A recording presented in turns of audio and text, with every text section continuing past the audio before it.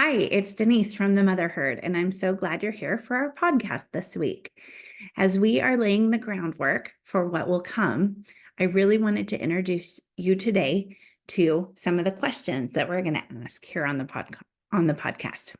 And the first one is, who are the people in your life who have had the biggest impact on who you were as a mom? I'm going to take a minute and answer that for me. And a little bit of this gets into the crazy family tree that I live with in my life. My husband is always like, how is that person related? I don't know if it matters, but I think it's a good part of the story that we're all a little bit unique with our pieces of the story. And so when I think about this question, I think about who are the women in my life who influence the type of mom that I would be. And I can't start that conversation without talking about my female relatives. I have been so fortunate that I was raised by this pack of wolves to create the person I am today and the mom that I was or am, the mom I was when they were little. I think of it and I say to the kids all the time, I was raised by wolves. And that might sound negative, but I don't mean it that way. I mean it like these were strong, badass women who went into the world and made their own space. And they expected me to kind of come along with them. There was no pampering, there was no day spas, there were no pedicures. And so I had to figure out all the things that I know today really kind of like by trial and error. They taught me a lot of really good things, but it definitely wasn't how to be the perfect mom, the perfect woman. It was how to live a really interesting life. So let's just jump in with who I am and how I fit with all these crazy women in my life. So I'm an only child, but also the oldest of six kids. My parents were married and got divorced when I was really young, and they both remarried. My stepdad brought a daughter with him into the new marriage, and then they had two sons. And my father remarried and had two kids on his side as well. So I am 7, 8, 10, and 12 years older than my half siblings and a few years older than my stepsister. I don't have a relationship with half of them by choice, I think mostly. And that has informed my motherhood journey for sure. In that family matters, but not at the cost of high drama. So my stepsister decided that she didn't want to come to our house regularly. And so there were a lot of fights and drama around that. And so we really lost touch that way.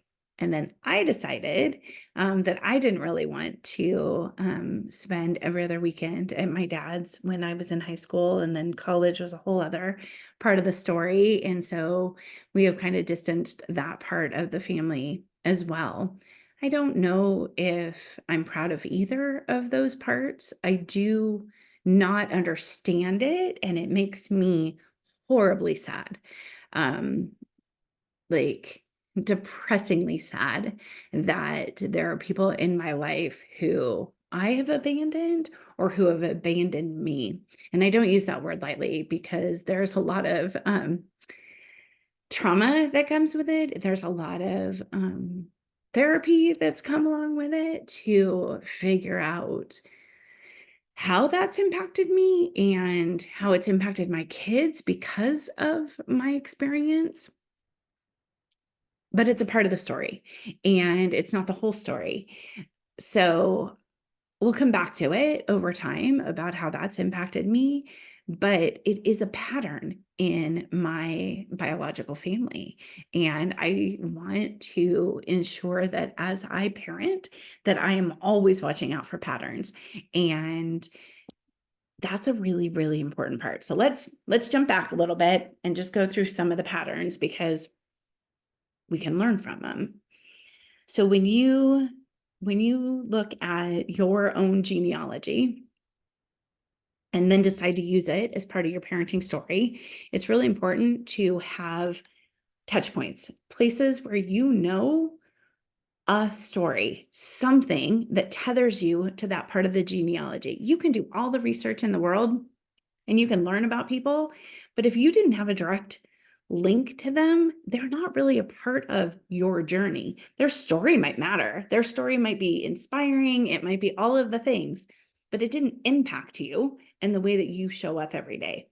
We talk about generational trauma. That absolutely exists. If you had severe poverty and neglect and abandonment generationally, that is going to impact how your nervous system works. And you have the opportunity to learn about it and to grow from it.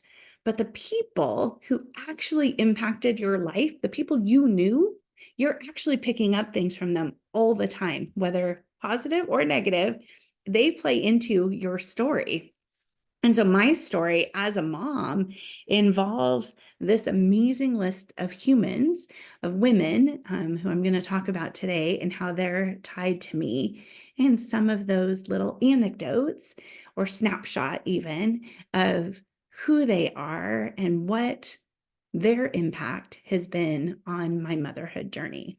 So we're going to go back as far as I can remember, the oldest person I can remember, and that is my great-grandma Granny. Alma Caroline Perlette was her name when I met her, and she was just a badass. She traveled the world. She had one son and she had many marriages. Okay, two marriages. And then she just lived this amazing life. She never drove. Um, she would take care of me when I was a little girl. And one of the stories that matters the most to me is looking at the moon. I remember we would leave her house and the moon would be out and she would talk about it following me home. And then we would get home and we would call her and I would tell her that it did follow me all the way home. I just remember that. Like, it was so important. There's a lot of other stories that I have with her because she was a really integral part in my life. As I know her now as an adult and I know her history, super interested in how she lived the life she did. She was born in 1898 and died in 1998, and just this rich, rich story. But the real interesting thing is what I took away from my relationship with her and how that impacted my motherhood was just this unconditional love, person who loved adventure, going places, having special things.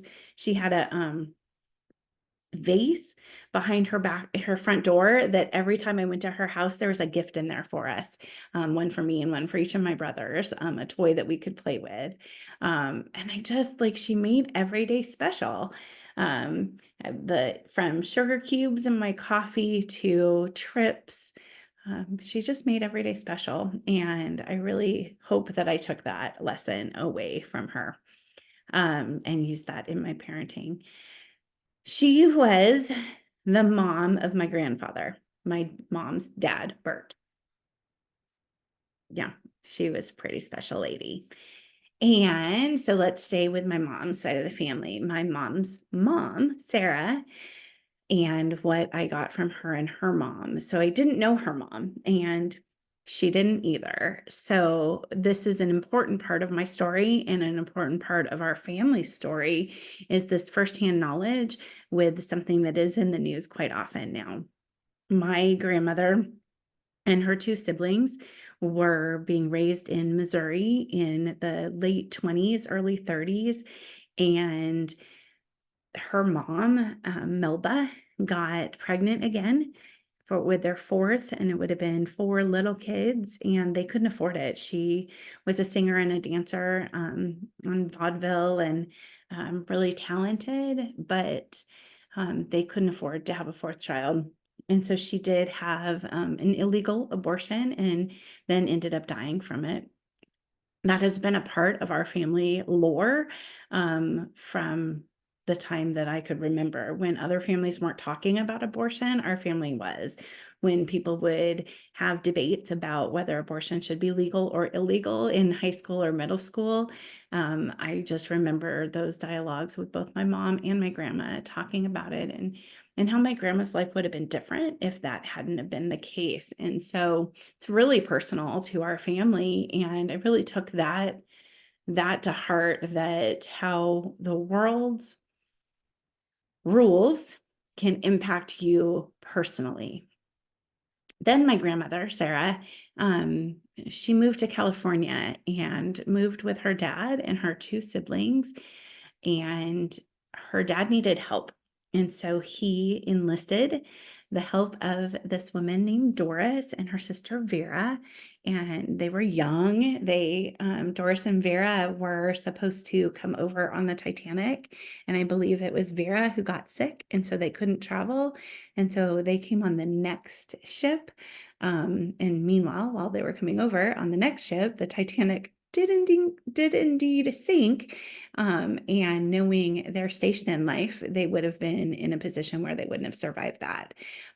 So that's a big piece of my story that we'll talk more about when we get to Doris. But Doris was basically employed to take care of Julius Oscar Wagner's 3 children and moved to California with him.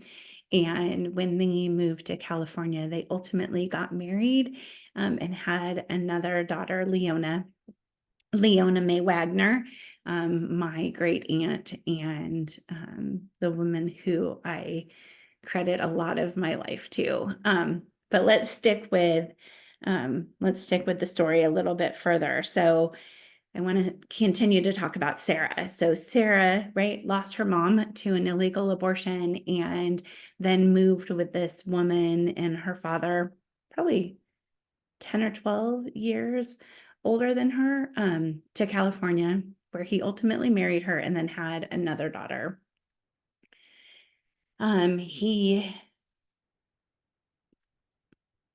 Julius Oscar Wagner and Doris divorce, I think, in a time that never happened.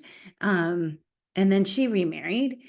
Doris remarried to Willie Warren, and they had 2 more kids. And so that is Sarah's stepmom and my really close family. So we'll talk about them, but I want to stick on Sarah. So this is what's really hard when you ask about the people who made a difference in your life. You have to explain who they are, or it doesn't always make sense that it's just this random person in your life. Depending on your audience, you can get into the weeds about it, or you can stay pretty high level and just say, my grandmother taught me about X, Y, or Z. But for the purpose of today, I really wanted to put it in context because families aren't simple. And the complicated relationship and the way that people are connected impacts the impact they have on me or on you. So Sarah, having moved to California with her nanny turned stepmom, she then got married pretty young and married Bert, my grandfather. And there's so many stories here. And had 6 kids. So I had my mom, and then Linda and Sally and Bert and Randy and Leanne. And then they split, and it was not pretty. And he married another woman who already had 3 kids, and then they had 1 more. So my mom is technically the oldest of 10, but really the oldest of 6, and has 3 stepbrothers and a half brother. Her half brother is 21 years younger than she is. So we have that really in common. But that divorce for Sarah, between Sarah and Bert, was devastating. My grandfather was in politics, and they have postcards and bumper stickers and pictures of this perfect, happy family, and then it was gone. And while that also impacted my mom, it really impacted Sarah, my grandmother. She was a sad, abandoned, bitter woman. She was never happy. that I can remember, um, ever. Um, she was one of the smartest people I knew, and she was one of the bravest and most accomplished women I know, even though she was divorced and sad and didn't drive for a long time and smoked. But she was professionally amazing. She worked as an executive secretary in the time where those women ran the show. She worked for some very powerful men, and she was very successful at it. She also raised um, the 6 humans that I love probably more than anyone on earth, like my mom and her siblings. And so to think about her as this broken human is really, really touching because she could have been so much. And yet she was so angry, and rightfully so, right? That was the story of her life. I think of some very specific times with her where there were good times, where she kind of could let some of that go. But her relationship with me was really complicated. I was the oldest of the oldest. My mom was her oldest child, and I was the oldest granddaughter. And I was a pain in the ass a good portion of my growing up time. And I think that Sarah saw a lot of herself in me and a lot of potential that she was jealous of. She wanted a life for herself that she didn't get to have. And I often represented um, that life, which is interesting. Because that implies that there's competition in our family. And I think that's true. And I think that's sad. And I think that has impacted my parenting. So, two things that I've really, um, really learned from Sarah. And one is how abandonment can lead to real severe bitterness. And that was something I was going to choose to not have in my life and choose not to um, lean into as a parent. And when we really get into my story, I think there was times when that could have been my natural reaction. But because I had Sarah in my life, I chose not to do that. And then the other thing that I really take away from Sarah in my life is that you can always learn, you can always improve, you can always do more. I see that in her, and yet I don't know if she knew that about herself, but she constantly reinvented herself. She was like I said, one of the smartest people I know, and she was one of the most talented people I know. She could sing, she could dance, she could do all the things, she could create, she could do art. Like, she was just really talented. And if she had landed in a different family in a different time, she would have been a different person. But I do think about her, and I think about those lessons of abandonment, but also like owning your story, have been really important in my parenting journey. Did I say specifically what I learned from Granny? Maybe just that unconditional love. She thought the world of me. I also think about her, and kind of a life lesson that I learned from her is that family matters. She cared deeply about family reunions and preserving the past and making sure you knew your family tree, and that how people were connected. And I do really appreciate that about her, as well as both of those women loved the written word. So that has been a theme that has held. I want to talk about Doris. So Sarah's stepmom, who ended up being my grandma Mimi, who I would see almost daily in high school. And when I was younger, she lived on my route to school. And so I got to see her almost every day. There's some great stories from that house and the cookie jar that was in um, the driveway door is in my house now because that meant such a lot to me. But let's talk about her a little bit. So Doris and Vera came over, not on the Titanic. We are very grateful, and married into this family that had survived tragedy of their own in Missouri, and they all found themselves in California. Vera lived down the street from my father's family. And so if you're not from San Diego, you might not know what a small town it is, but all of these people and all of these stories are interrelated because San Diego was such a small town back in the day. So Vera lived just around the corner from the Dobranskis and married into the Betts side of the family. So while Julius Oscar Wagner left the picture with these 4 young kids that Doris was 3, stepmom to, and then Leona, who she was mom to, she then had 2 of her own with Grandpa Willie, and that's Rick and Larry.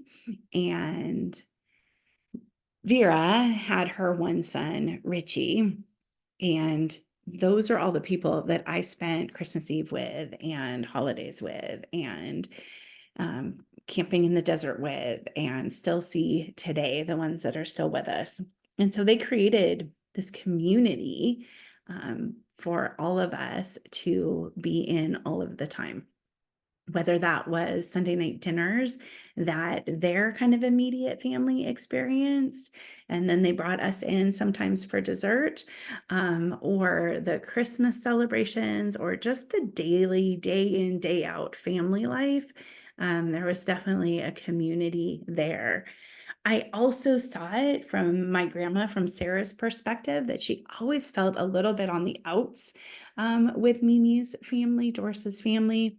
And I always chalk that up to numbers. When you have that many kids, and Sarah had 6, it was hard to invite them all over. It was hard to do gifts for everybody. We weren't a rich family. We all kind of got by and did our thing. But I could see how that hierarchy impacted my grandma Sarah as we went through life. But I never felt it from Doris, from Mimi. She included me as her own, and she really impacted me from just that sense of community and kind love that she gave to everybody around her. And her sister Vera was very much the same way.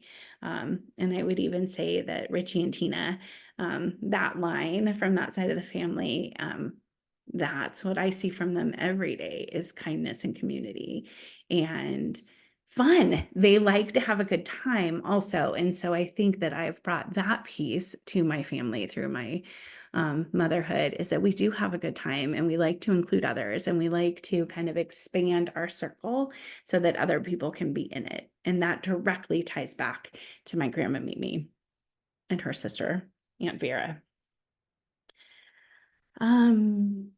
I guess we'll talk about the other side of the family, Tom's side of the family, my dad's side of the family.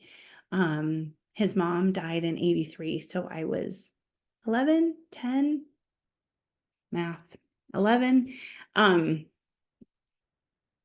What I learned from Anne Dobransky is that you can be in a lot of pain and cause a lot of pain and still have it all be based in love.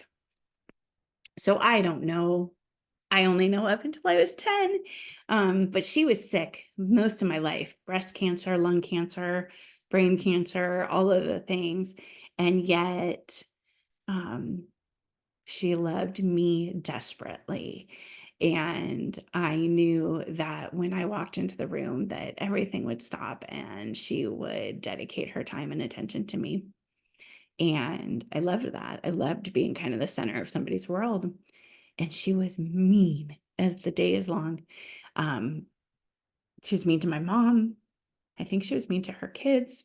She had 3 boys, like I have 3 boys. So I often wonder about the mental health aspect of having 3 boys, because I do think that impacted her.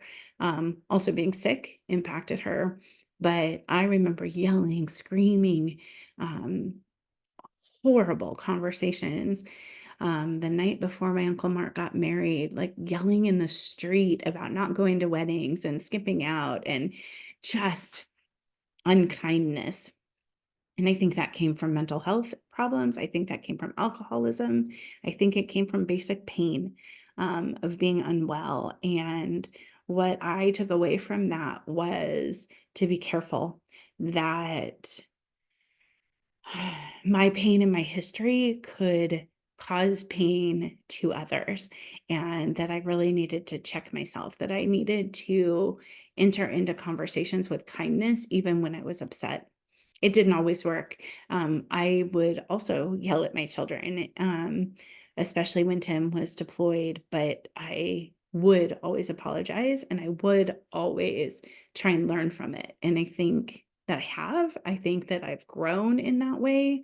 Um, I also never smoked and I don't drink soda or diet soda. I try and keep a very healthy life because I know that I am prone to a lot of horrible diseases. The other thing I learned from Anne is that um, you can have community around you and not use it. And okay, so I know that about Anne. I haven't always embraced it. So an interesting story is that Granny, Alma, Bert's mom, and Anne, Tom's mom, worked together at the same bakery. Told you San Diego is a small town. So they all knew each other when Tom and Terry started dating up in Davis, and then they came home to introduce the families. The families already knew each other because they worked together, which I find ironic. But the community that Alma, Granny, created around herself by the experiences she had sustained her. Whereas Anne was privy to those same community elements, and yet she isolated herself. And ultimately, that didn't help her to feel better, to engage with the world in a better way, and really spiraled in a negative way. And so I tried to know that lesson and leave myself open to other people around me so that I could parent as part of a community. I didn't always do it. I don't always do it, but it's a lesson that sticks with me.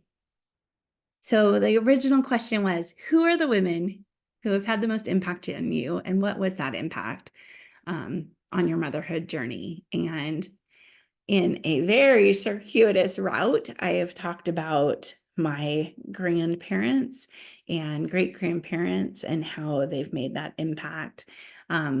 Finally, I want to talk about my aunt, my Noni.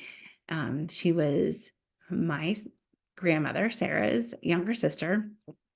And my mom lived with her when she was in high school, and they had a very, very close relationship.